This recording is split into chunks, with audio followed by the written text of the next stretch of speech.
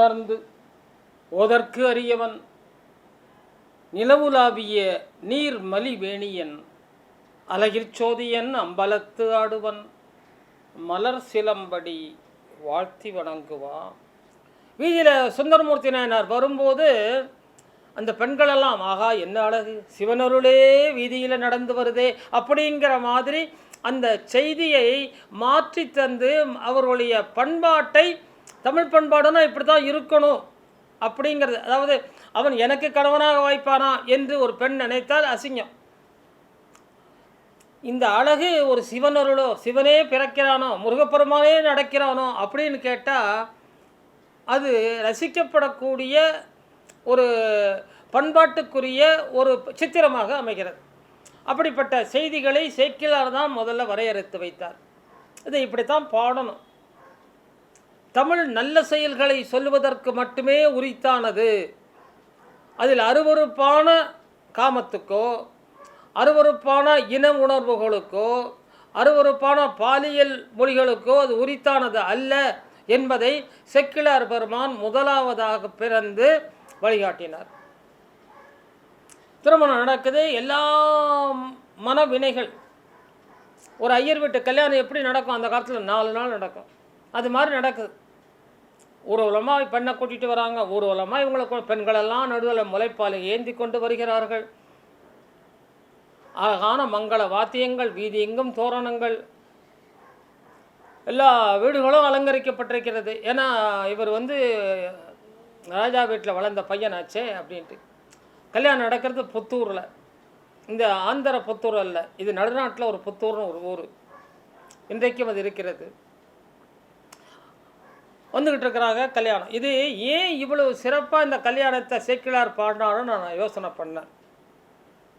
பின்னாடி 2 திருமணம் வருது, அங்கெல்லாம் இவரை பாடலாம் இல்லையா? அங்கெல்லாம் பாடாமல் இந்த திருமணத்தை தடுத்து ஆட்கொள்கிறார். இந்த கதையை முன்னாடியே சொல்லிடுறேன், எல்லாரும் தெரிஞ்ச கதை தான், இதில் ஒன்றும் சஸ்பென்ஸ் எல்லாம் வைக்க வேணாம். பின்னாடி இந்த திருமணத்தை தடுக்கப் போகிறார் சிவபெருமான். இந்த தடுக்கப் போகின்ற ஒரு திருமணத்திற்கு இவ்வளவு தடபுடலாக நல்ல தமிழில் அந்த திருமணத்தை பற்றி இவ்வளவு பாடல்களை விவரிக்கிறாரே. ஏறத்தாழ 20 பாடல் இந்த நடவாத திருமணத்தை விவரிக்கின்றார். என்னன்னு கேட்டால் பின்னால் இவருடைய திருமணத்தை பாடுவதற்கு தோதே இல்லாமல் போயிடுது. ஆனால் ராத்திரி பார்க்குறாரு பறவையை, மறுநாளைக்கு கல்யாணம் நடக்குது. ராத்திரி பார்க்குறாரு சங்கிலியை, மறுநாள் காலையில் கல்யாணம். அப்போ அங்கே கல்யாணம் இவ்வளோ தடபுடாக நடக்கிறதுக்கு ஒன்றும் இல்லை. இது கொரோனா காலத்து கல்யாணம் மாதிரி. அங்கெல்லாம் இந்த 2 கல்யாணமும் உடனே பார்க்குறதே 10 பேரோட கல்யாணம் முடிஞ்சு போச்சு. அங்கே இருக்கிற அடியார்கள் அவர் கல்யாணம் பண்ணி வைக்கிறாங்க சங்கிலியை, அங்கே இருக்கிற அடியார்கள் பறவைக்கு கல்யாணம் பண்ணி வைக்கிறாங்க. இறைவனது ஆசி தான் அதில் மெயின் திங். இங்கேயும் இறைவனாக தான் அதை முடிச்சு வைக்கிறார். இங்கேயும் இறைவன் தான் பறவையையும் கல்யாணத்தை பண்ணி வைக்கிறார். இது மனிதர்களால் ஏற்படுத்தப்பட்ட கல்யாணம். எந்த கல்யாணம்? முதல் கல்யாணம் தடுத்தாட்கொண்டவர். கல்யாணம் நடக்குது, கல்யாணம் நடக்கலை. கல்யாணத்துக்கு ஒரு மனையில் உட்கார்றார் சுந்தரர்.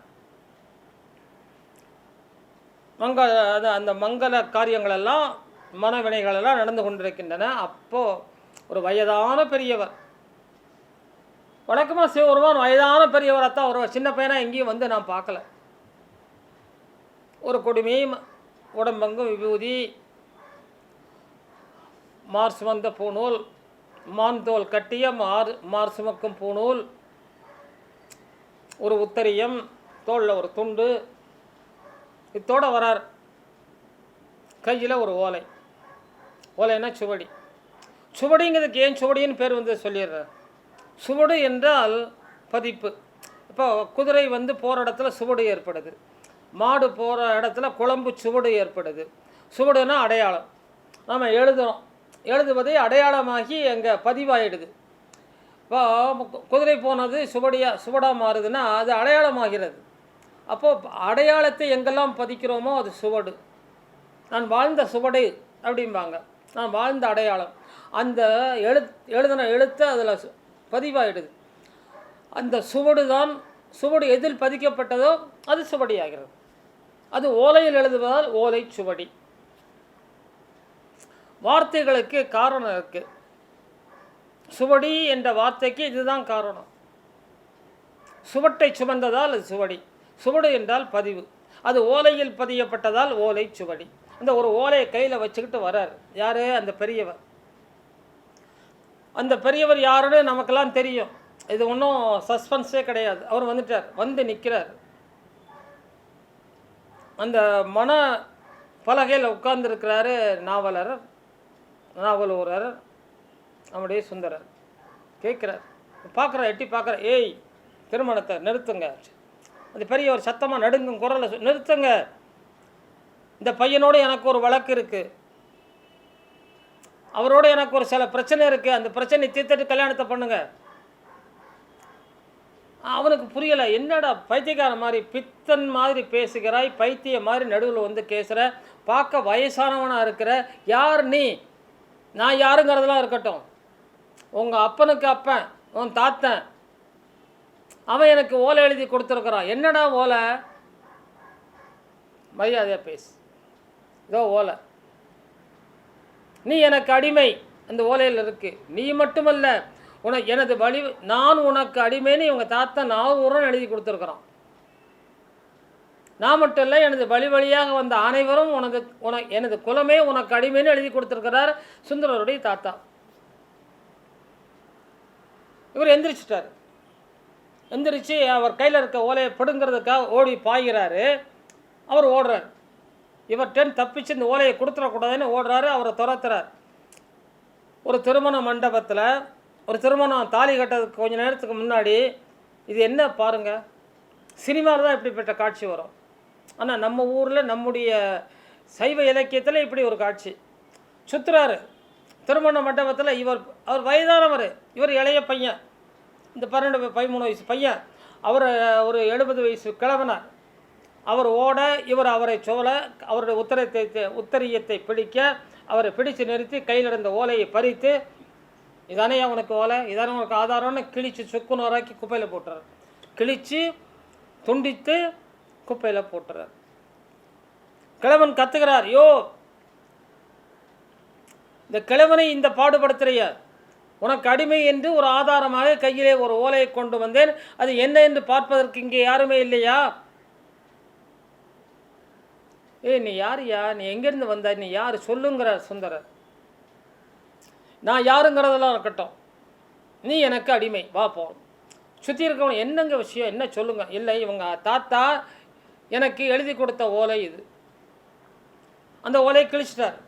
பரவாயில்லை, எனக்கு ஊர் வெண்ணெய்நல்லூர். வெண்ணெய்நல்லூரில் ஒரு நீதி சபை இருக்குது. அங்கே கூட்டிகிட்டு போய் அவங்கள்ட்ட சொல்லி இந்த வழக்கை அவர்கள் தீர்த்து வைக்கட்டும்.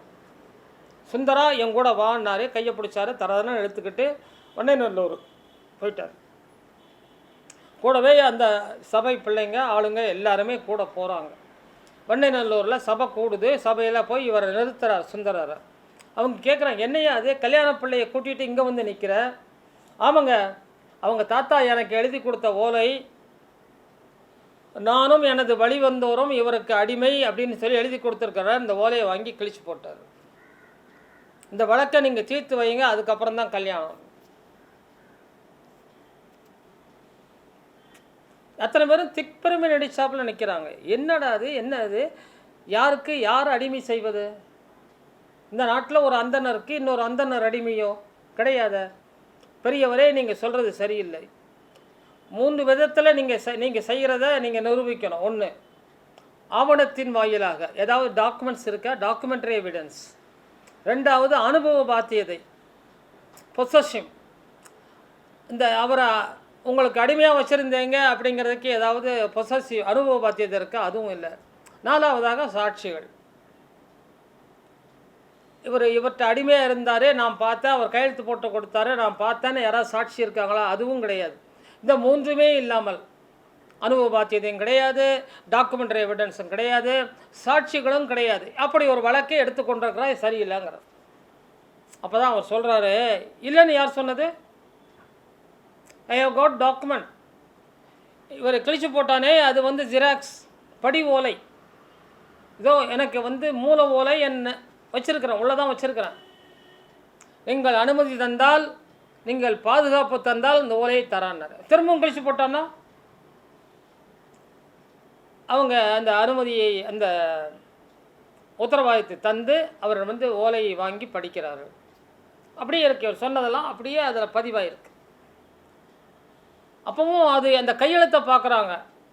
அந்த வெண்ணெய்நல்லூர் கோபுரத்தில் ஆவணக்காப்பகம், எல்லா ஊர் கோபுரங்களும் ஆவணக்காப்பகமாக செயல்பட்டது. எல்லா டாக்குமெண்ட்ஸும் எல்லா ஓலைச்சுவடியிலும் அங்கே தான் பாதுகாப்பாக வச்சுருப்பாங்க. கோவில்களெல்லாம் கலைக்கோயிலாக வாழ்ந்த காலம் அது. நற்களஞ்சியமாக கோயிலெலாம் எப்படி இருந்தது அந்த காலத்தில்? நற்களஞ்சியமாக எக்ஸஸ் நெல்ல கோயிலில் சேமித்து வைப்பாங்க. கல்வி சாலைகளாக, கலை பெட்டகமாக, காட்சி மண்டபமாக, போர் நடக்கும் காலத்தில் பாதுகாப்பான மதிலுக்கு நடுவில் இருக்கிற இடமாக, இறைவன் உரையும் ஒரு தலமாக, திருவிழாக்கள் நடக்கும் ஒரு இடமாக, இப்படியெல்லாம் இருந்தது. இன்றைக்கு அதில் எதுவுமே இல்லை. அது அப்புறம் உள்ள பேச்சு. இந்த ஆவண காப்பகத்திலேருந்து அந்த ஆரூரன் எழுதி கொடுத்த அவருடைய கையெழுத்தையும் இந்த கையெழுத்தையும் கம்பேர் பண்ணி பார்க்குறாங்க. சரிதான், போட்ட சாட்சி போட்டிருக்காங்க பார்த்தீங்களா, அந்த சாட்சிகளுடைய கையெழுத்தையும் ஒப்பிடுறாங்களா, சரியாக போச்சு. அப்போது இவர் சொல்கிறாரு, சுந்தரரும் சொல்கிறாரு, இந்த மாதிரி கையெழுத்து அவரோட கையெழுத்தான்னு பாருங்கன்னு நீதிமன்றத்தில் சொல்கிறாரு சுந்தரர். அப்போ அந்த பெரியவர் சொல்கிறாரு, நீ சின்ன பிள்ளை, உனக்கு என்னடா தெரியும், போய் டாக்குமெண்ட்டை செக் பண்ணுங்கிறார். இவர் சொல்கிறதுக்கு அவர் ஆஹோ இவர் பெரிய மன்றாடியார் போல இருக்குது, இவ்வளவு வயசாயும் சட்ட நுணுக்கத்தை கரெக்டாக சொல்கிறாரு, இந்த மன்றத்தில் ஆடுகின்ற வழக்கறிஞர் போலும் இவர் பெரிய மன்றாடியாரோ அப்படின்னு சுந்தரர் சொல்கிற மாதிரி சேக்கிழார் சொல்வார். எல்லாத்தையும் செக் பண்ணாங்க, எல்லாம் ஓகே. அப்போ நீதி வழங்குறாங்க உடனே, அன்னைக்கே நீதி. இது அந்த காலம். அப்பீலு, வாய்தா, திரும்பவும் அப்பீலு அப்படிங்கிறதெல்லாம் அன்னைக்கு கிடையாது. உடனே உடனே உடனே நீதி வழங்க உடனே. அதாவது சொல்லுவாங்க, a judgment delayed is a judgment denied அப்படிம்பாங்க. அதாவது தாமதப்படுத்த நீதி தடுக்கப்பட்ட நீதிம்பாங்க. A judgment delayed is a judgment denied. டினைடுனா மறுக்கப்பட்ட. உடனே எங்கள் நீதி வழங்கினாங்க. என்ன வழங்கினாங்கன்னா, எப்பா எல்லாமே எவிடன்ஸ் சரியாக இருக்குது, ஹே ஹஸ் காட் டாக்குமெண்ட். ஆமாம், ஒரே ஒரு 2ல் 3ல் 2 நல்லா இருக்குது, நீ அனுபவித்ததுக்கான அனுபவ பாத்தியதைக்கு இங்கே ஒன்றும் இல்லை, இல்லாட்டா கூட டாக்குமெண்ட் ஹேஸ் காட், சாட்சிகளும் இருக்குது, நிச்சயமாக நீ அந்த பெரியவருக்கு அடிமை போ அப்படின்னு நீதியை வழங்கிவிட்டு அவங்க எந்திரிச்சு போயிட்டாங்க. எந்திரிச்சு போல நிற்கிறாங்க. இப்போ இவர் சொல்கிறார் சுந்தரர், இறைவனது ஆணை இதுவென்றால் நான் என்ன இதை மறுக்கவா முடியும், வாங்க போகலாம். ஆமாம், அவங்க கேட்குறாங்க ஜட்ஜ்மெண்ட்டு, அந்த ஜட்ஜஸ், இந்த திருவண்ணநல்லூர்காரன் நீ சொன்னியாப்பா பெரியவரை, உன்னை இந்த ஊரில் நாங்கள் பார்த்ததே இல்லையே, உங்கள் வீடு எங்கே, உன் தெருவு எங்கே கேட்குறாங்க. சொல்கிறாரு பெரியவர், இந்த ஊர்லேயே பெரிய வீடு என் வீடு தான், வாங்க போகலாம் அப்படின்ட்டு கூட்டிகிட்டு போகிறாரு. அருள் துறைங்கிற அந்த கோயிலுக்கு இவரை கூட்டிகிட்டு போகிறாரு. எல்லாரும் பின்னாடி வராங்க. இவர் கையை பிடிச்சி இவர் சுந்தரரை இழுத்துக்கிட்டே போகிறார். கோயிலுக்குள்ளே போனார். பெருமான் தனது சுய வடிவை காட்டுகிறார். இடமேறி அம்மை உமையோடு காட்சி அருள்கிறார். இவருக்கு அப்பத்தான் தன்னுடைய பூர்வ ஜென்ம ஞாபகம் வருது. கூட வந்த அத்துணை பேரும் அதிசயிக்கிறார்கள். வானம் பூமாறி பொழிகிறது. தேவர்கள் காட்சி தருகிறார்கள். முனிவர்கள் கைகொட்டி கைகூப்பி வணங்குகிறார்கள். துந்துபிகள் முழங்குகின்றன. இப்படிப்பட்ட காட்சியில் சுந்தரமூர்த்தி நாயனாருக்கு முந்தைய நினைப்பு வருகிறது. இதுவரைக்கும் மனிதனாக வாழ்ந்தவர் இப்பொழுது கைலாய வாடை இவருக்குள்ளே புகுந்து கொண்டது. ஐயா, உங்களை தெரியாமல் நான் இவ்வளவு தூரம் வாதாடிட்டேனே, என்னை மன்னிச்சிருங்கய்யா அப்படின்னு கால் வீழ்ந்து வணங்குகிறார். சொல்கிறாரு, எந்திரியப்பா சுந்தரா, நான் தான் அன்னைக்கே சொல்லியிருக்கிறேன் இல்லையா, உன்னை தடுத்து ஆட்கொள்ள வருவேன்னு வந்தேன். சரி, நீ என்ன பண்ணணும், என்னை பாடு. என்னை வழிபடுவதற்கு 1000 வழிகள் உண்டு பூமியிலே. ஆனால் எனக்கு பிடித்த வழி ஒன்றுதான், அதுதான் தமிழால் என்னை பாடுவது. அர்ச்சனைகள் 1000 பல உண்டு அவனியிலே, எனக்கு பிடித்த அர்ச்சனை தமிழ் அர்ச்சனை. இது எந்த கோர்ட்டுக்கு போனாலும் பரவாயில்லை. இப்போது இதெல்லாம் இந்த டாக்குமெண்ட்டெல்லாம் இந்த எவிடன்ஸ் எல்லாம் எடுத்துக்கணும் கோர்ட்டில். ஆனால் இதெல்லாம் அவங்களுக்கு யாருக்கு தெரிய போகுது? இந்த பாட்டை யாருக்கு தெரியும்? இந்த இந்த தமிழெல்லாம் அவங்க எங்கே பார்த்துருக்க போகிறாங்க? நாம் திசை மாறி போக வேண்டாம். அப்பா சுந்தரா என்னை பாடு. இவர் சின்ன பையன், 12 வயசு பையன். ஏற்கனவே அந்த கல்யாணம் நடக்காத ஒரு பதட்டத்திலையும் அந்த டென்ஷன்லேயும் இருக்கிறார். இதெல்லாம் மாறி சமணப்பட்டு நிற்கிறார். என்னை பாடு சுந்தராங்கிறார். நான் என்னத்தை சொல்லியா பாடுறது? திடீர்னு இப்படி கேட்டேங்கண்ணா, என்னத்தையா பாடுறது? தாங்கள் அருளினால் நான் பாடுறேங்கிறார். இறைவன் அவரை கண்ணோக்கம் செய்கிறார். நீ என்ன பித்தன் பேயன் பைத்தியக்காரன் சொன்னல்லடா, அதை வச்சே பாடு, அதையே முதலடியாக கொண்டு பாடுனார். பித்தா பிறைசூடி பெருமானே அருளாளா அப்படிங்கிற பாட்டை இவர் பாடுறார். அது அன்றிலிருந்து சுந்தரருடைய வாழ்க்கை இறைவனுக்கு பிடித்த வாழ்க்கை. நீ என்னை வந்து அந்த எவ்வளவு கேவலமாக பேசின, எவ்வளவு வன்முறையில் என்னை பேசின, எனவே நீ இனிமேல் வன்தொண்டன் என்று அழைக்கப்படுவாய் அப்படின்னு அவரை வன்தொண்டருங்கிற ஒரு பட்டத்தையும் வழங்கி இறைவனை பாடுகின்ற பதிகம் அங்கிருந்து அவருக்கு ஆரம்பிக்குது. இப்படியாக சுந்தரரது ஆன்மீக வாழ்வு கிளம்புகிறது. பித்தா பிறைசூடி பெருமானே அருளாளா அப்படிங்கிற முதல் பாட்டு வெளிப்பட்டது. இறைவனே அடியெடுத்து தர அந்த பிறைசூடி அப்படின்னு பாடுறாருங்க. பித்தா ஓகே அப்புறம் பிறைசூடி, இவருக்கு கண்ணுக்கு பட்டது அந்த பிறை தான். செக்கிலார் பாடும்போது உலகலாம் உணர்ந்து ஓதற்கரியவன், அதுக்கப்புறம் நிலவுலாவிய நிலவு, தோடுடைய செவியன் தூ வெண்மதிசூடி, அங்கே பிள்ளைப்பெருமான் பாடுகிறார். உடனே பக்கத்திலே பிறைசூடி. எல்லோரும் ஏன் முதல் பாட்டாக பிறைசூடி நிலா மதி அப்படிலாம் பாடுறாங்கன்னு கேட்டால், நான் நினைக்கிறேன், எனது எண்ணங்கள், அந்த நிலா அந்த சந்திரன் எப்படி இறைவன் தலைக்கு வந்து சேர்ந்தான் என்பது ஒரு புராணம், ஒரு தொன்மம், ஒரு வழங்கப்பட்ட ஒரு செய்தி.